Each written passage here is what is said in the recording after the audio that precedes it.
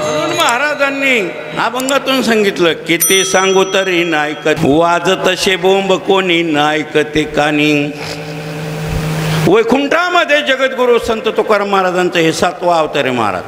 प्रत्येक अवतारामध्ये जगद्गुरु संत तुकोबराय भगवंताबरोबर होते महाराज. चहुयुगांचा भक्त नामा उभा कीर्तनी, पाठी मागे डोळे झाकून उभे तिजनी, वाळवंटापासून महाद्वारापर्यंत. प्रत्येक अवतारामध्ये वैकुंठामध्ये असताना म्हणजे तुकाराम महाराज संत या रूपाने या भूतलावर येण्याच्या अगोदर भगवान परमात्मा तुकोबरायांना म्हणाले, तुकाराम महाराज तुम्ही मृत्यूलोकीमध्ये जा आणि ह्या मानवांना उपदेश करा. मग अभंगातून करा, प्रवचनातून करा, तुम्हाला जमल तसं करा. हे लोक भरकटत चालले, त्यांचा उद्धार कसा होईल? गर्दी होऊ लागली यमपुरीमध्ये, वैकुंठाला कोणी यायला तयार नाही. तुम्ही जा आणि लोकाला सांगा. तुकोबराय म्हटले, देवा मला दुसरं काही सांग, पण लोकाला सांगायचं सांगूच नको. कारण हे नुसतंच ऐकत आहेत आणि ऐकून ऐकत नाहीत. तेव्हा बाकीचं काही सांग. पण भगवान म्हणले, नाही ना तुकाराम महाराज, अहो तुम्ही आम्ही देव आणि संतांनी मिळून जर लोकाचा उद्धार होण्याचं साधन जर त्यांना सांगितलं नाही तर मग त्यांचा उद्धार कसा होईल? कोण त्यांना सांगणार आहे? तुम्हाला जावं लागणार. खूपच आग्रह केला महाराज भगवंतानी. तुकाराम महाराज कबूल झाले, पण एका अटीवरती कबूल झाले. काय आठ आहे? तुकोबराय म्हटले, देवा मी जातो मृत्यूलोकामध्ये, संत या रूपानं मृत्यूलोकामध्ये जातो, अभंगातून सांगतो, प्रवचनातून सांगतो, कीर्तनातून सांगतो, जमल तसं वेळ भेटेल तसं सांगतच राहतो. सांगतो तुम्हाशी बजारे विठ्ठला, असं सांगतो त्यांना, पद्धतशीर सांगतो. पण माझी एक आठ आहे. भगवान म्हणले, काय आठ आहे सांगा ना तुकाराम महाराज. म्हणले, मी जातो लोकाला सांगतो, सांगून झाल्यानंतर तुला स्वतः मला घेऊन जाण्यासाठी स्वतःला यावं लागेल. नाही तर तू म्हणशील जा चौकाच्या खांदीवर राम बोलो बाई राम बोलो, ते जमणार नाही. तू मला घेऊन जाण्यासाठी येत असेल तर मी जातो, नाही तर मी जात नाही. भगवान म्हणले, तुकाराम महाराज घ्या वचन, मी तुम्हाला घेऊन जाण्यासाठी स्वतः येईल. आता काही हरकत आहे का? भगवंताचा करार करून घेतला महाराज तुकाराम. म्हणून तुकाराम महाराज या ठिकाणी आले आणि 4041 काय जे अभंग त्यांनी लिहिले, गाथा तयार केला. प्रत्येक अभंगातून त्यांनी आम्हाला मार्गदर्शन केलं. आणि विजेच्या दिवशी भगवान परमात्मा आले, तुकाराम महाराजांना विमानात बसून घेऊन गेले महाराज. का बरं आले? भगवान परमात्मा स्वतः वचनच दिलं होतं आणि वचनच घेतलं होतं. एक जणाला एकच मुलगी होती, एकच मुलगी. आता एकच मुलगी असल्यानंतर चांगला विवाह लग्न सोहळा करायचा त्याची इच्छा होती. पण जवळ काय नाही, 3.5-4 एकर जमीन होती, ती विकून टाकली महाराज. आणि चांगल्या घरी मुलगी दिली, लॉन्समध्ये लग्न करून दिलं, भव्य दिव्य स्वरूपामध्ये. लग्नाचा कार्यक्रम पार पडला, कन्यादान झालं, ते 7 फेरे काय असतात ते सगळं झालं, पाय पडणी झाली महाराज. आणि नवरदेवाची गाडी रोडला जाऊन उभा राहिली. नवरदेवाच्या करवल्या जाऊन बसल्या. आता फक्त नवरी बसण्याची बाकी राहिली होती. आणि तेवढ्यात ती नवरी पोरगी वडिलांना, बापाला म्हणते, दादा मी नाही जात, मी नाही जात. बाप म्हणला, बाई तू जावं म्हणून मी 4 एकर जमीन विकले, तुला जावं लागेल.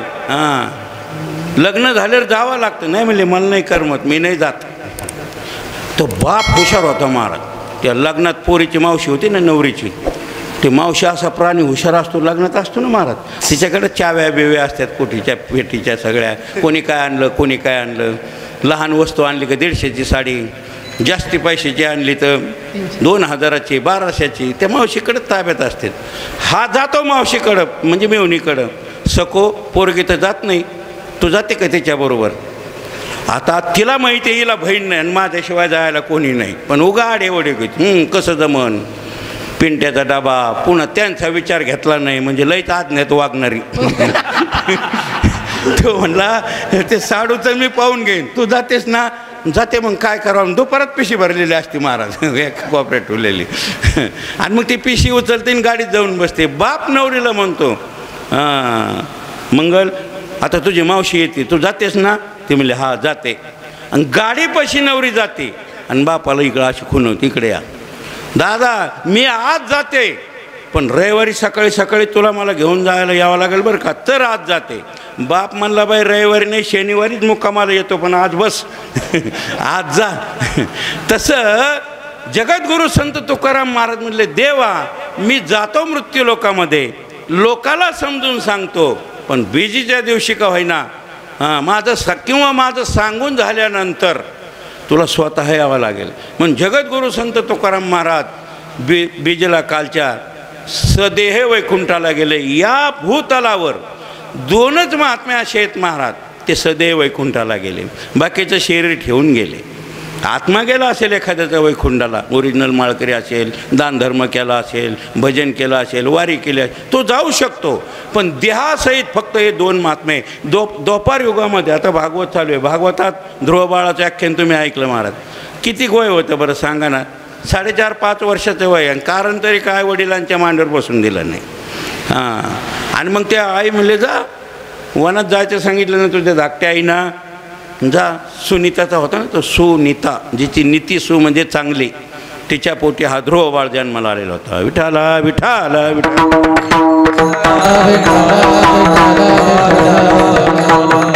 बापाच्याच मांडीवर बसला होता.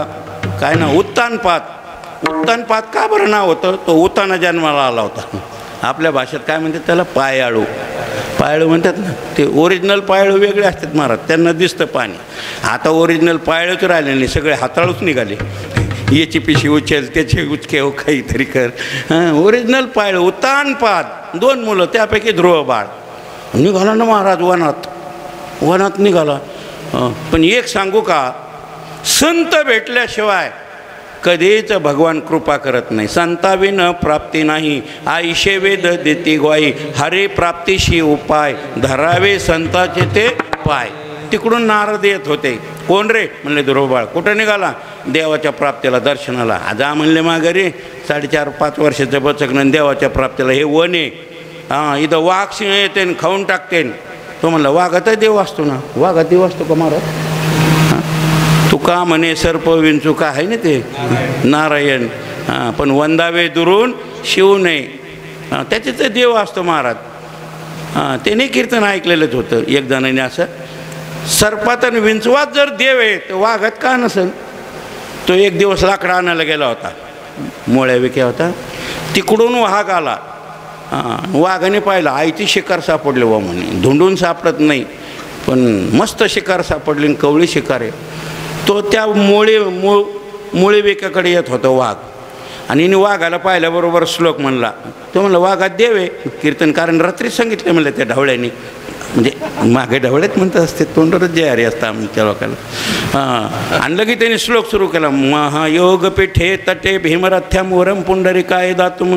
ते वाघ म्हणला तुलाच लय श्लोक येतो काय रे? जवळ आला असा आणि वाघाने सुरू केला ना श्लोक महाराज.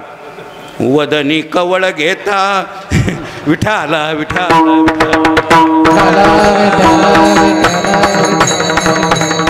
नारद म्हटले अरे तू वाघ येशील. ध्रुवबाळाने गोड उत्तर दिलं. देह जाओ अथवा राहो पांडुरंगी दृढ. दर्शन घेतलं तरच पेपर जाणार, नाही तसं जाणारच नाही. मेलो तरी चालेल महाराज. साधू संत माय बाप जे का दयेचे सागर.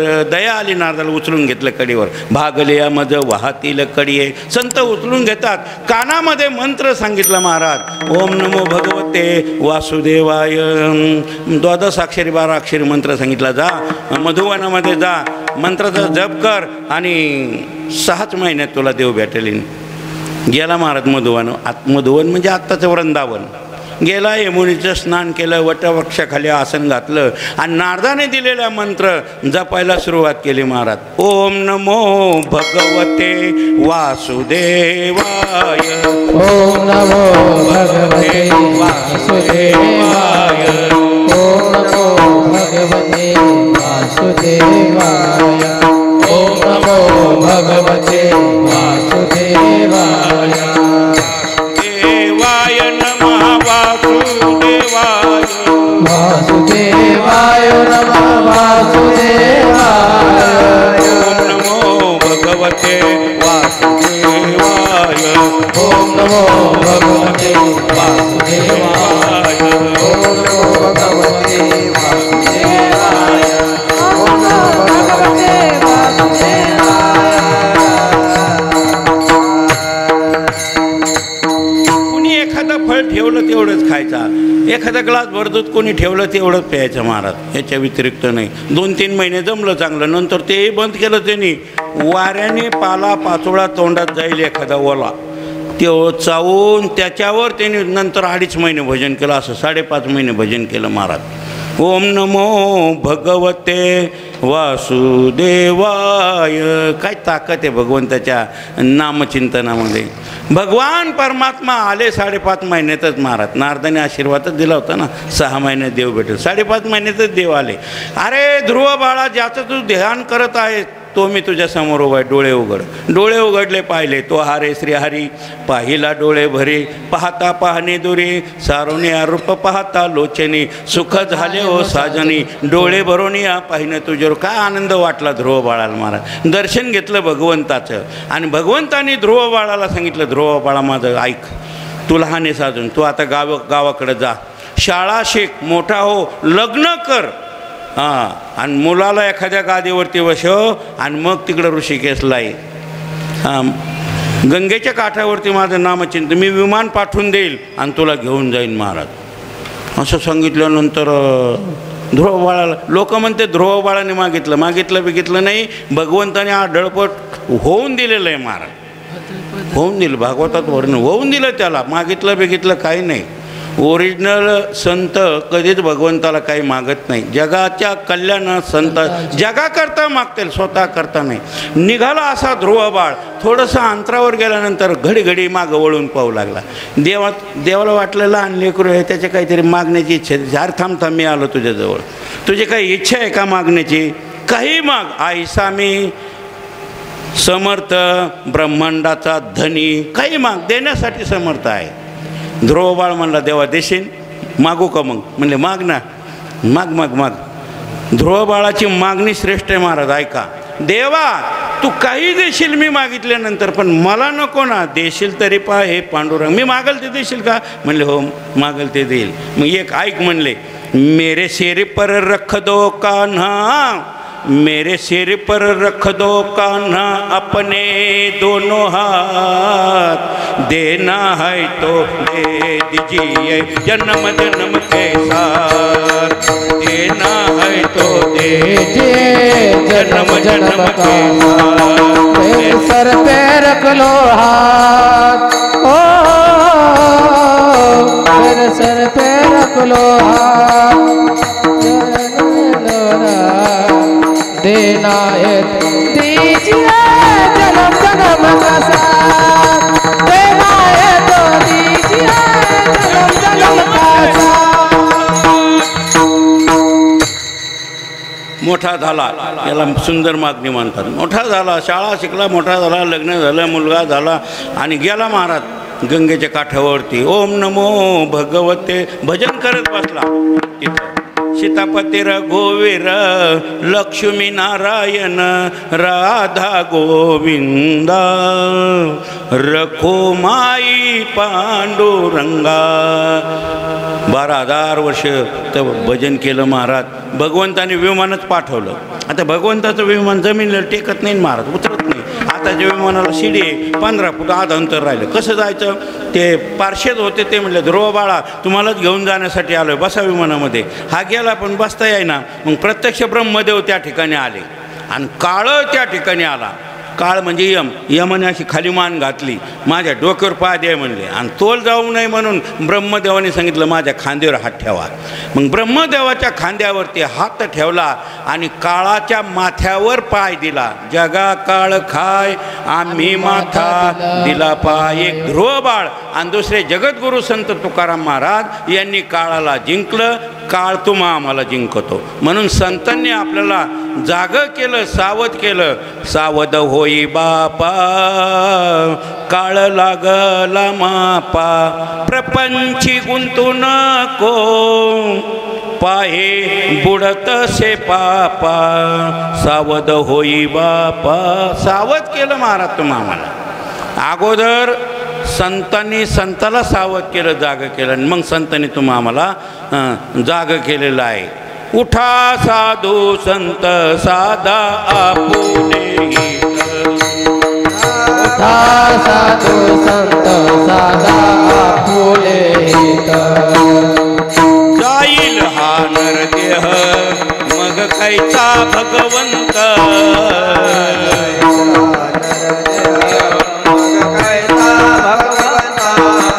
हे जाईल हा नरदेह मग कैचा भगवंत. जाईल नरदेह मग कैचा भगवंत. हरी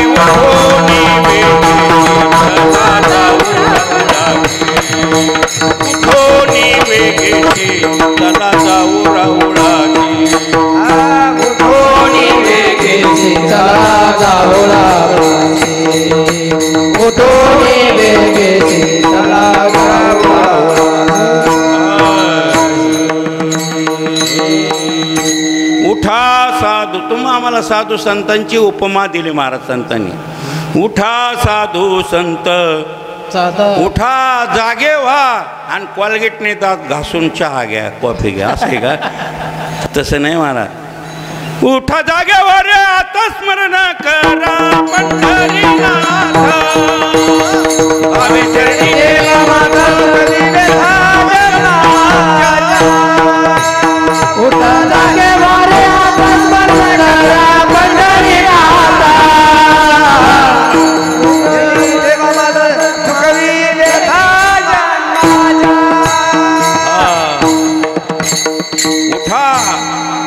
कशातून उठा? आपण अज्ञान रूपी झोपेमध्ये आहोत सगळे महाराज. अज्ञान रूपी झोपेमधून संत जागे करतात. उठबा होई जागा पहा वासुदेवाला. सुदिन उगवला दान आपोले घाला. आणि कही तागा आला अवचित फेरा. हे घडी सापडे ना काही दान पुण्य करा. ही घडी म्हणजे शरीर पुन्हा मिळतं का महाराज? मनुष्य ते वर्णन भागवतात, हे भागवतकार बरेच म्हणतात की तुम्ही ऐकता.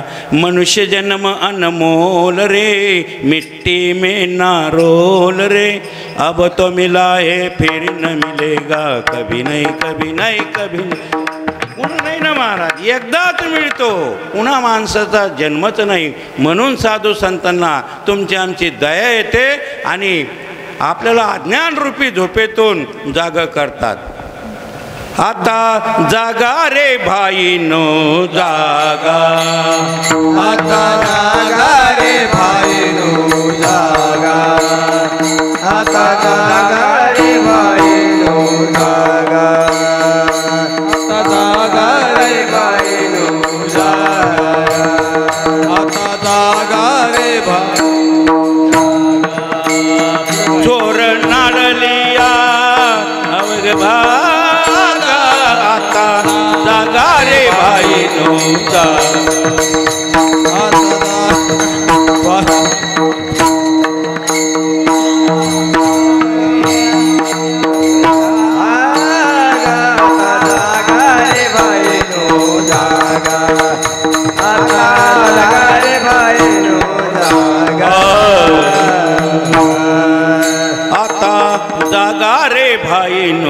जागा, जागे व्हा आणि काय करा? भजन करा, नामचिंतन करायचं सांगितलं जागे होऊन महाराज. नामचिंतन करायचं सांगितलं जागे होऊन. त्या ठिकाणी किती महत्त्वाचा आटम सांगितला संतांनी. कारण मनुष्य देहाचा जर उद्धार कशाने होत असेल तर एकदम सोपं साधन सांगितलं. संत एकांती बैसले, सर्वही सिद्धांत शोधिले. सर्व सिद्धांताचा अभ्यास त्यांनी केला आणि सोपं साधन सांगितलं. त्यांना माहिती होतं कलियुगामध्ये अवघड कोणी न करी सांगता आणि सुलभ बहुता गोड वाटे. अवघड कोण करीन? पूर्वीच्या युगामध्ये अवघड साधनं होती महाराज भगवंताच्या प्राप्तीसाठी. डाव्या पायाच्या अंगुष्ठावरती उभं राहून 12,000 वर्षे तपश्चर्या करावी लागत होती. कधीतरी स्वप्नात येत होता, भेटत नव्हता. इतकी तपश्चर्या करून शरीर शोषण प्राण निरोधन मन जय हट योग गोद पीडन कुंडलिनी कलिमल जलभंग हरि ऊर्ध्व वायूचा श्वेत तोडुनी करो वनभंग हरि ब्रह्मरंद्रे मिसळे परे मुमुक्षुदंग हो ओम नमो भगवते राम वासुदेवा. सोपं साधन सांगितलं तर आमचा बुद्धीचा स्तर कमी कमी होत गेला. महत्त्वाचं म्हणजे आयुष्य मर्यादा आपली घटत गेलेली आहे. प्रत्येक युगामध्ये एक शून्य कटत कटत एकावर 2च राहिले. जगत तर नाही कोणी 100 वर्ष म्हणा, पण दिलं आहे आपल्याला शास्त्राने. कोणी 70 कोणी 60 की लगेच वैकुंठाची वाट. लवकर 100 वर्ष आता उगा जुने लोक राहिलेत महाराज. आता अन्नात बदल झाला, वागण्यात बदल झाला, बोलण्यात बदल झाला. कोणी कोणाचं ऐकायला तयार नाही. मनमानी कारभार जास्ती झाला महाराज. धावतं जग निघालं आणि म्हणून कोणी कोणाला ऐकायला नाही. म्हणून यांना सोपं साधन सांगावं उद्धाराचं, ते म्हणजे भगवंताचं नामचिंतन. तुम्ही कलियुगी माझी करावे कीर्तन कलियुगा माझी करावे कीर्तन कलियुगा माझी करावे कीर्तन कलियुगा माझी करावे कीर्तन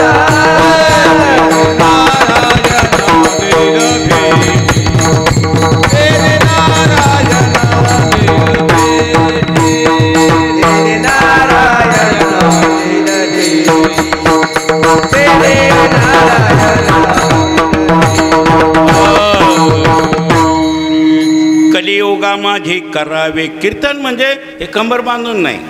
लीला कीर्तन गुण कीर्तन हे काय सगळ्याला जमणार नाही. पण नाम संकीर्तन साधन पै सोपं साधन सांगितलं महाराज त्या ठिकाणी. सोप्या साधनाने उद्धार होतो का? सोप्या साधनाने वैकुंठाला जातं का माणूस? जाताना महाराज त्या ठिकाणी. साधन जरी सोपं असलं पण ताकद किती. नाम तुम्ही मामूली समजू नका. देव लहान आहे, देवापेक्षा नाव मोठं आहे. किती मोठं आहे? गगनाहुनी वाढ गगनाहुनी वाढ गगनाहुनी वाढ गगनाहुनी वाढ ज्ञानदेव मुसे निवृत्तीशी ताड ज्ञानदेव मुसे निवृत्तीशी ताड ज्ञानदेव मुसे निवृत्तीशी ताड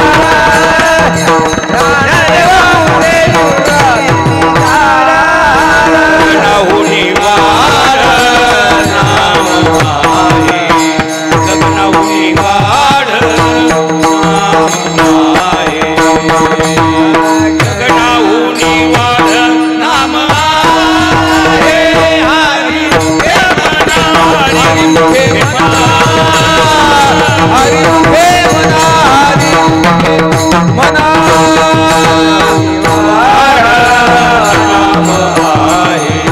गगनाहुनी वाढ नाम आहे गगनाहुनी वाढ नाम आहे हरि हे मना हरि हे मना हरि हे मना हरि हे मना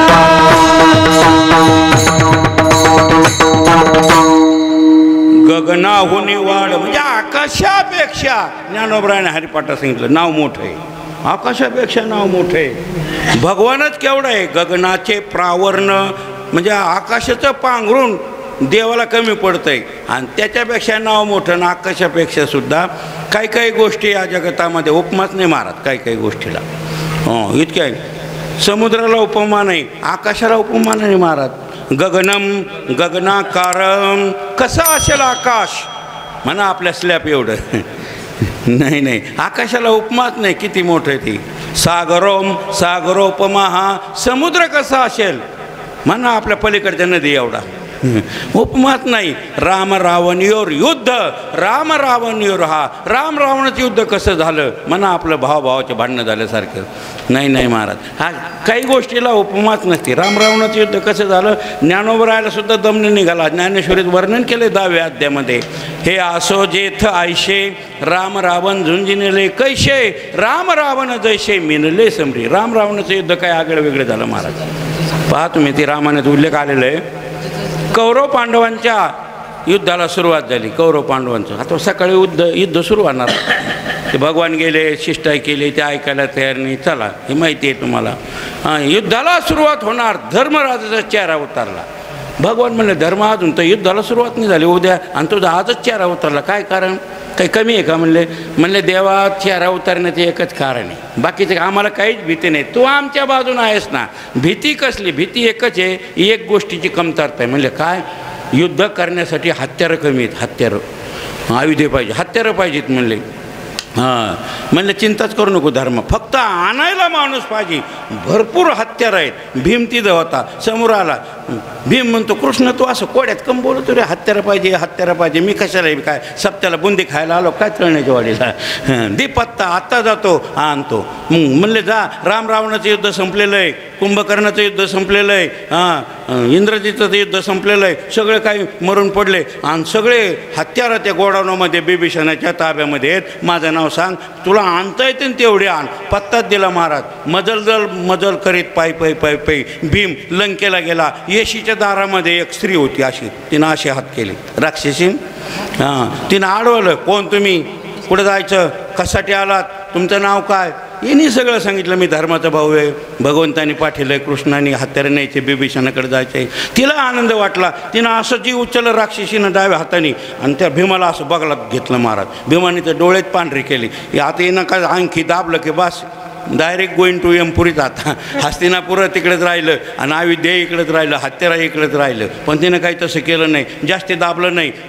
बिभीषणासमोर नेऊन ठेवलं महाराज त्याला आणि तिनं स्वतःच पत्ता दिला याचा. म्हणे हा भीम आहे, याचं नाव भीम आहे, धर्मराजाचा भाऊ आहे, पांडवापैकी हा एक आहे, याला हत्यारं पाहिजेत म्हणून तुमच्याकडं आणलं. हे तुम्ही आपलं पहा. गेली ती निघून, आपल्या ड्युटीवर निघून गेली. बिभीषणाला आनंद वाटला. बिभीषण म्हणला भीमा तू मजल करीत आलास, पायी प्रवास केलेला आहे, थकून गेलेला आहे, आजची दिवस मुक्काम कर, उद्या जा म्हणले. तर तिथं बाथरूम आहे, डेटॉल साबण ठेवलेले, मस्त फ्रेश हो, तोंड हातपाय धु, पाण्याचं टेन्शन काही घेऊ नको. तोपर्यंत मसाल्याचं दूध होतं आहे.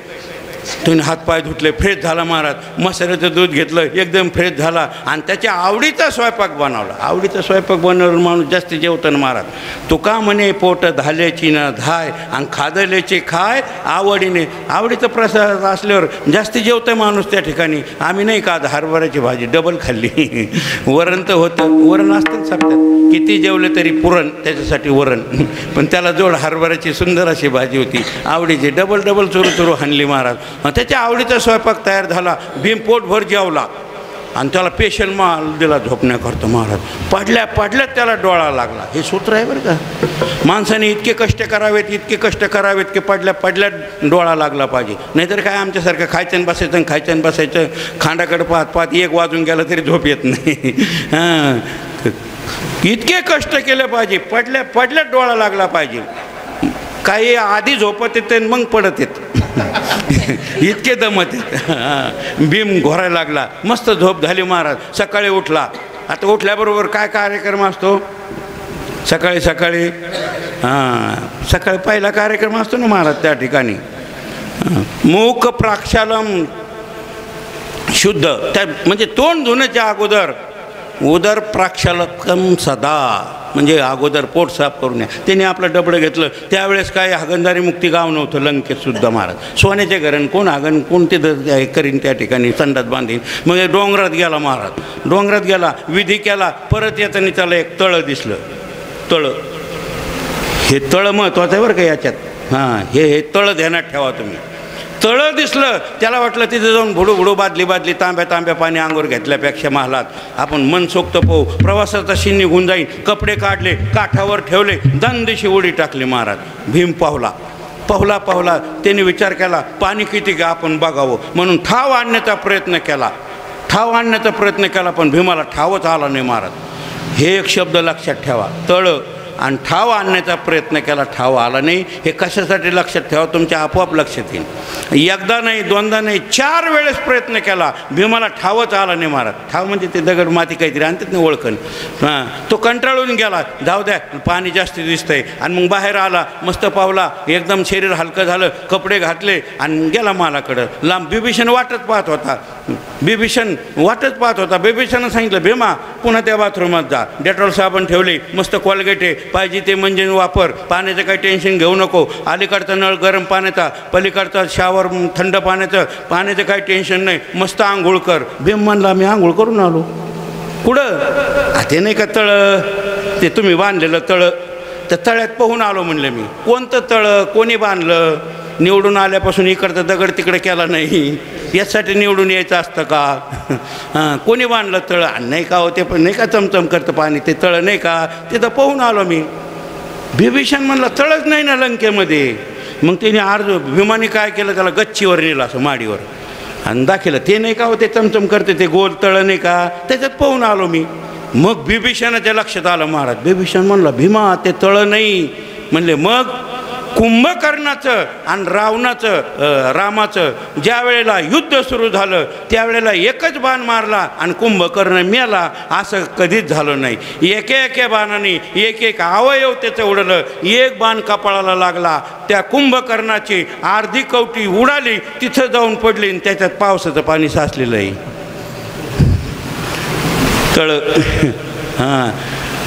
ऐरावत हत्ती आणणारा भीम 4 वेळेस प्रयत्न केला, ठाव आला नाही महाराज. आता मी इथं थांबतो, जाऊ दे, हे रामायण आपल्याला संपत नसते महाराज. आता त्या कुंभकर्णाची अर्धी कवटी एवढी तर अख्खी कवटी केवढी, त्याची अख्खी कवटी केवढी तर तो कुंभकर्ण केवढा, आणि कुंभकर्ण केवढं तर त्याच्या हातातलं धनुष्यबाण केवढं असेल, आणि हातातलं धनुष्यबाण एवढं तर ते युद्ध कसं झालं असेल. हे आसो येथायशे राम रावण झुंजिनले कैशे, राम रावण जैशे मिनले समरी. सागरोम सागरोपमहा गगनम गगनाकारम, राम रावणयोर युद्ध, राम रावणयोर हा. उपमाच नाही, विठाला विठाला.